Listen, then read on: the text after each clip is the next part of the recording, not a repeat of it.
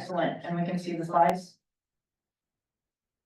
All right, well, I really appreciate the opportunity to be here today and appreciate the introductions as well. It's an amazing, diverse, and very comprehensive group of folks, so I appreciate the chance to connect with you all about this functional flow work that we're doing at Utah State University. And I'll probably spend about 10 minutes giving you an overview of our project, and then hopefully we can have some time for questions and discussion.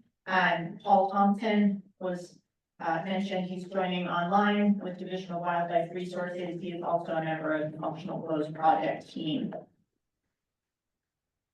So I'm here today because you all and all of the Great Salt Lake Basin Watershed Councils are an important audience for the project that we are doing. We are really hoping that the tool we're developing will be useful as you guys evaluate trade-offs related to water in our rivers, and helpful as decisions are made by water districts and entities like the Jordan River Commission, as well as the Watershed Council. So don't matter.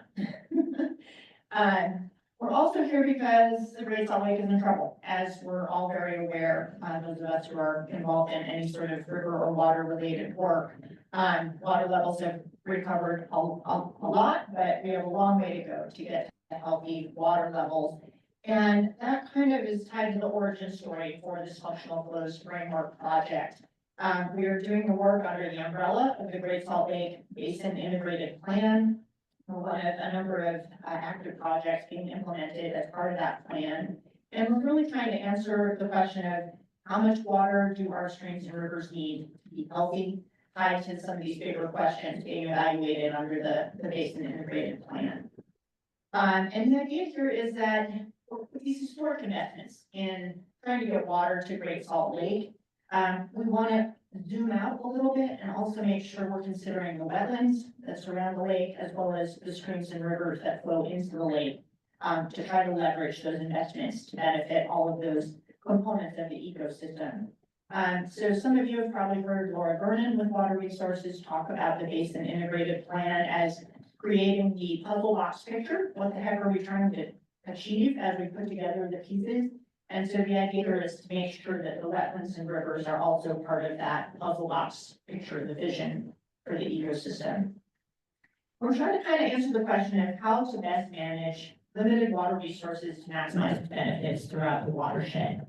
And when I say benefits, I'm talking about benefits to the ecosystem on which all life forms, including us humans, rely on to survive, but also within those more practical constraints of human-created economic and social systems. And when we get into kind of ecological benefits, this slide gives you an idea a little bit more specifically of what we're talking about. These are some high-level ecological management goals that came out of a workshop that was held about a year ago with the Utah State team, actually before I started on the project. But we're talking all the normal things, everything from water quality to healthy riparian ecosystems, healthy fishery, etc. And then we held a workshop last September with wetland managers and scientists and came up with a similar set of ecological management goals for the wetlands. Shifts a little bit with more of a focus on waterfowl and bird populations, but otherwise is somewhat similar to the stream goal. And so that's great, ecosystem, but what the heck is a functional flow, you might be asking. So when we're talking about functional flows, we're talking about a seasonal component of the natural hydrograph that provides a distinct ecosystem function. And these functional flows can be quantitatively described with a set of flow metrics, things like magnitude, duration, timing, etc. The image, the graphic here is kind of a conceptual hydrograph. And through those workshops that were held last year, kind of identified some different significant seasonal components to the Utah typical Great Salt Lake Basin hydrograph. We have our low flows in the winter and the summer that bracket the high flow period, which has a rising limb, falling limb, and peak component. And those are kind of the aspects of the hydrograph that folks think are most tied to our ecological function in our streams. And all those different components of the hydrograph, those seasonal aspects, are tied to all these different functions for our streams.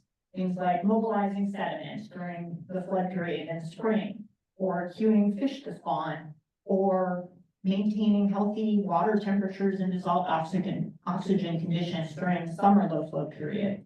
So lots of different things happening. This is just a small, subset of all the functions that these different seasonal flow components provide. On the right-hand side of this slide, the colorful table kind of just works through all of the different metrics that can be quantified using this functional flow framework. And when we're talking about functional flows, this is not the necessarily traditional approach to environmental flows or in-stream flows. We're not just setting, as long as, one minimum, 5 CFS all year round and you're good to go. It's not that simple, nor are we just trying to say, let's unrealistically get back to a fully natural flow regime, trying to be more strategic. If there's some volume of water that can be dedicated to the environment, let's figure out when and where and how to best deliver that for the best function. So in this slide, it's that brighter blue color in the middle, where you're trying to build on an existing peak to get high enough peak flows to accomplish some of those functions, and then protect water in the summer, etc. So another slide kind of illustrating the same idea. The blue line on this slide would be a natural flow regime. When we're talking about a functional flow regime, it's going to look something more like the red line, where we're getting enough water to accomplish things like spawning gravel cleaning, enough water in the winter to protect our macroinvertebrates. But there's this gap between the lines, which is the volume of water that is available for those human, economic, or social needs, things like irrigation storage. So that's kind of what we're talking about with the functional flows. And again, the idea is if we come up with these quantitative metrics and have that information available, it's just a tool that can be really helpful when opportunities arise. If the Great Salt Lake Commissioner once again says, oh, we need to release water down to Great Salt Lake, this can be part of a discussion in a watershed council about which reservoir are we going to look at, how much, what timing, what the rising limb and falling limb should look like, etc. And hopefully we can tick some boxes and accomplish some water quality or fishery objectives along the way. I want to emphasize that the project is not meant to be prescriptive. We're not going to mandate any specific flows on any specific streams. Again, it's meant to be a tool available to groups like this one. So in terms of where we're at with the project, one of the first steps in the project was identifying reference gauges for Great Salt Lake Basin, where we have flow data that represents more natural unimpaired flow conditions. And we've gone through that process. We've gone through the workshops to identify these ecological goals and objectives and functions. And we've gone through the process of calculating those flow metrics, that colorful table with the 20 plus rows. We've calculated the numbers for what those metrics are for the reference gauges. And we are in the midst of doing some random forest modeling, which is how we're going to develop predictions for functional flows on all the streams in Great Salt Lake Basin. And ultimately we'll be creating a geodatabase tool. And I'll share, I made a little bit more detailed slide for the Jordan River Group. This is some flow data from Emigration Creek during a reference period that was active for about 10 years in the 1960s and 1980s.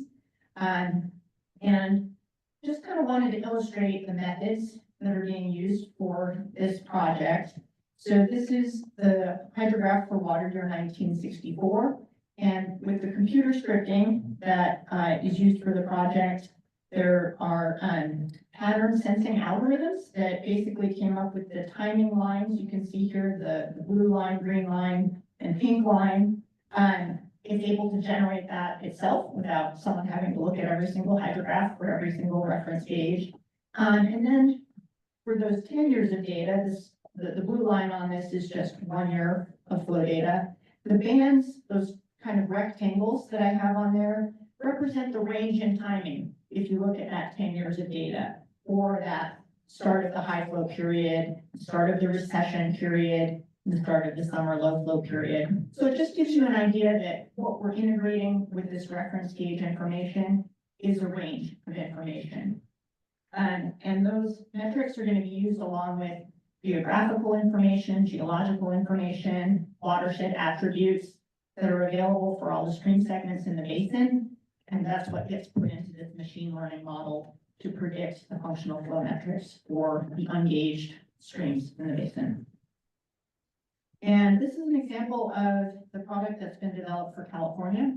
We're kind of piggybacking off of a lot of work that was done in California, and it's pretty interesting. There's a natural flows database available for California. The URL is on the bottom of this slide, and you can get on there and click on any stream reach in California, and it'll pop up functional flow information for you. This screenshot is highlighting dry season base flow information, and kind of like those rectangles I showed you on the previous slide, you're seeing percentiles. So the 10th to 90th percentile information here is given for a subset of those functional flow metrics. And this screenshot example is on a reach of the Sacramento River that has an active stream flow gauge. So you can also look at the observed flow information and see how that compares to the predictions of functional flows. And that's one of the other things we'll be doing with the project is evaluating how hydro-modified some of our streams in the Great Salt Lake Basin are compared to those predicted functional flow metrics. And then even in some cases, trying to tie that to some real water quality data or fisheries information. So this is kind of a wrap-up slide reminding everyone why we're doing this.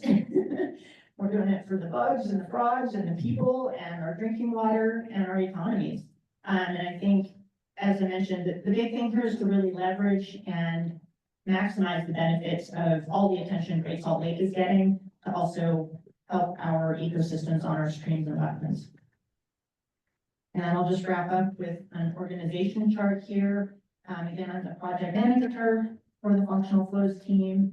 Elise Lane, professor in engineering department at Utah State, is the principal investigator. We also have several other USU professors involved. A postdoc, Farah Nusrat, is the technical lead on doing all the modeling. And then we have Paul Thompson, who's on the call right now with Division of Wildlife, as well as Jeff Ostermiller with water quality and some help from the USGS as well. So a good, diverse team. And with that, I will take any questions.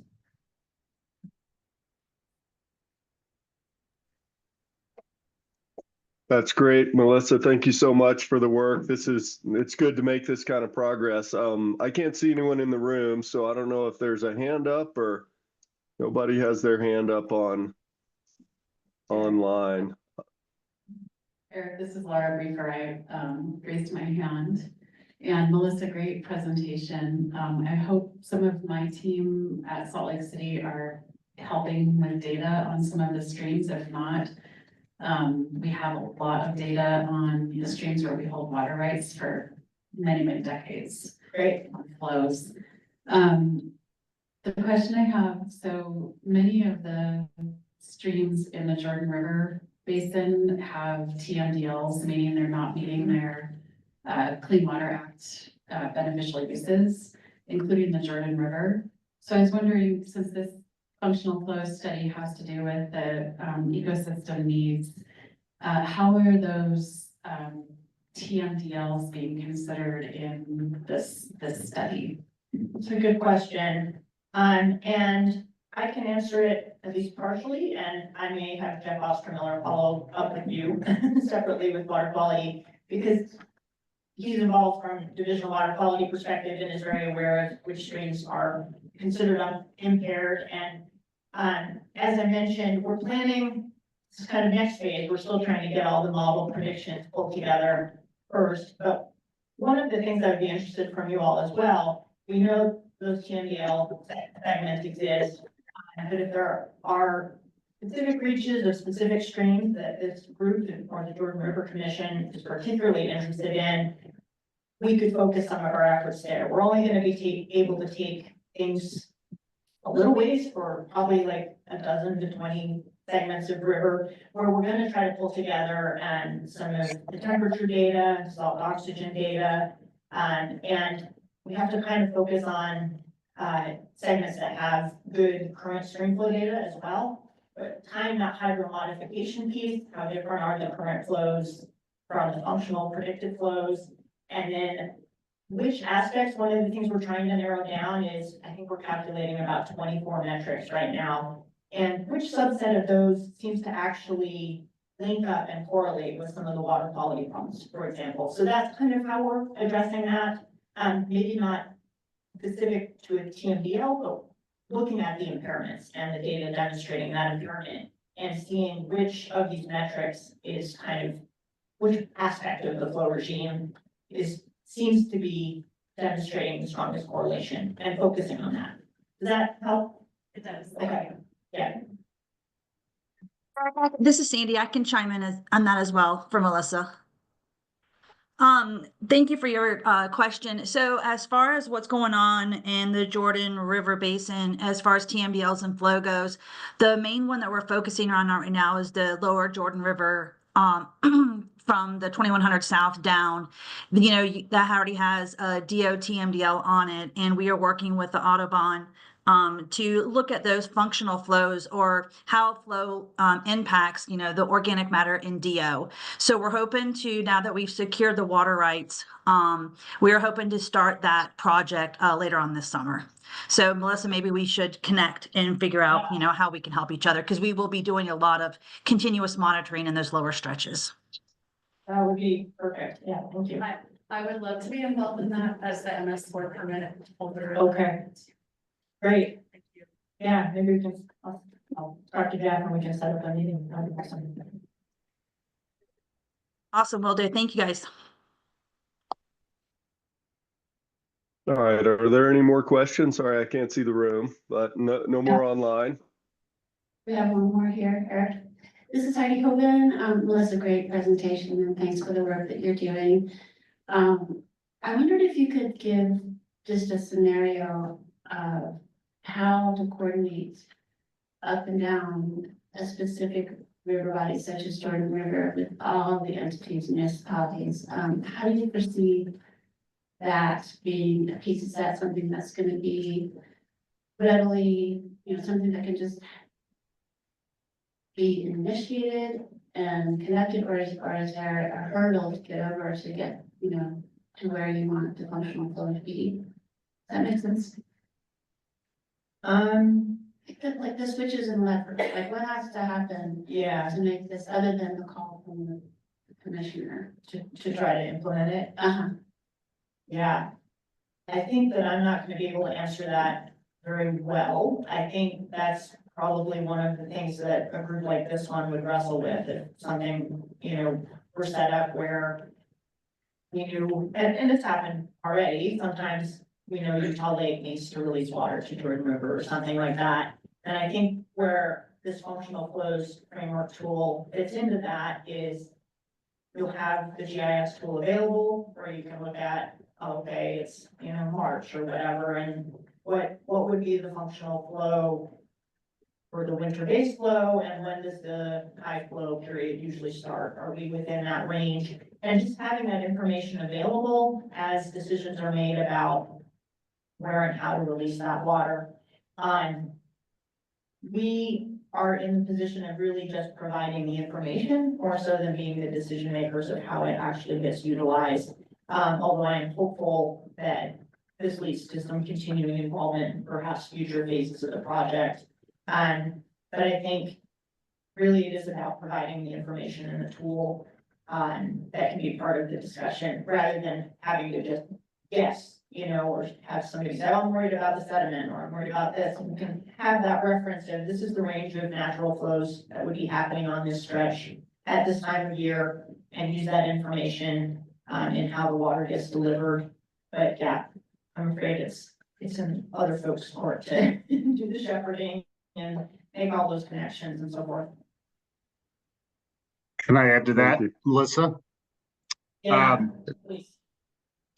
So what we really want to do, and apologize if, Melissa, you did hit on this, I didn't hear it, but we want this information to be part of the Water Conservation District's modeling tool. So if they need to release water from Utah Lake down to the Great Salt Lake, they'll have the ability to look at the functional flow needs in the Jordan River from Utah Lake down to the Great Salt Lake. And if they can do it at a time that benefits the river, as well as getting the water to the lake, it's voluntary, but we're hoping that having this tool as part of their decision process will facilitate water delivery in times when it's of the most need for the environment and the streams.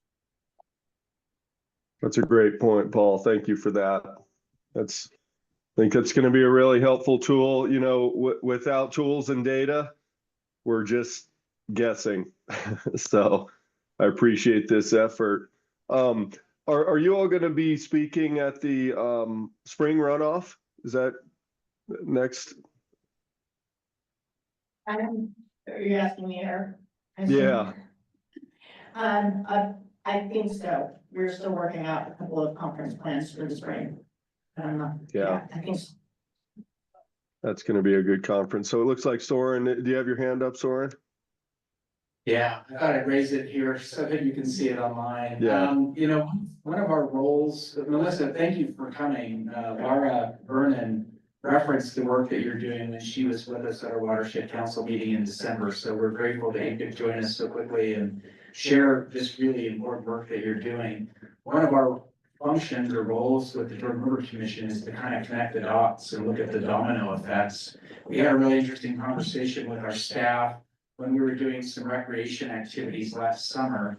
And because of the large spring runoff that we had, plus a lot of additional water coming from Utah Lake, that was either part of, the lake reaching compromised level or additional water resources that are being directed to Great Salt Lake. It's changing the dynamics of the Jordan River significantly. We're seeing doubling or tripling or quadrupling of what we would have expected for the last couple of decades as kind of normal flows. So it's affecting recreation. Sometimes that's positive, but it can also make things a little less safe. Yeah. But the other thing that we're seeing is with development that's happening around the river, we've been working very closely with South Jordan City on a development proposal near the river, and an initial proposal that would have impacted floodplain areas. We've kind of asked for a little bit of consideration for how that may change, because those floodplains may become more active and as more water is in the river. And so thinking about giving the river breathing room and that buffer for natural hydrologic functions, if in fact this change in dynamics of the river with the goal of improving the conditions for Great Salt Lake, those conditions may change very substantially, kind of what we've grown accustomed to over the last couple of decades of prolonged drought. And so I think there'd be a lot of value to maybe having you involved with our technical advisory committee and sharing regular updates, as well as with the Watershed Council during these less frequent meetings. But we do have a water working group, and I think really thinking about how the dynamics of the river and the work you're doing play into the ways we're thinking about community development and recreation assets, including trails that are being eroded with these heavy flows sometimes. I think there's a lot of, kind of dominoes that we could be thinking about and make that an important part of the work that we're doing with our technical committee as well. Yeah.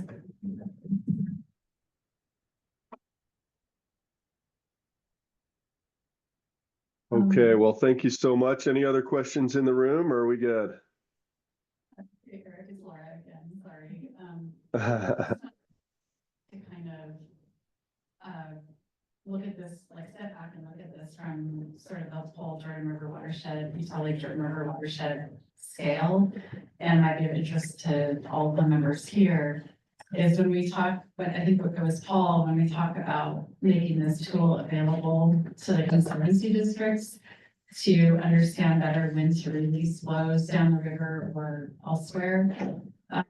And Soren touched on this a little bit. There are a lot of cascading decisions and impacts to that. So the level of Utah Lake, first of all, it's a highly managed system. So any changes to the level of Utah Lake has implications to the reservoirs upstream, like Deer Creek and Jordanelle, where the people in the Salt Lake Valley actually get their drinking water supplies. So it's just, I think what I want to impress is just like how complex this model is on a watershed scale. And it's really goes to this like integrated planning concept that is truly fascinating and difficult. So thank you. Yeah. Yeah, no, happy to stay kind of plugged in and if there are technical advisory committee meetings or things like that, we can participate in this coming year or so as the school gets more fleshed out. I think those would be great discussions to have. Yeah, and I'll just mention, I'm gonna leave a few, we have a fact sheet here and it has my email address on it. I'll leave these over here if anyone wants to grab one of those. And I can also email a copy to Brenda to distribute to the group, so you can all kind of stay apprised of where we're at with the project. Yeah, anybody else?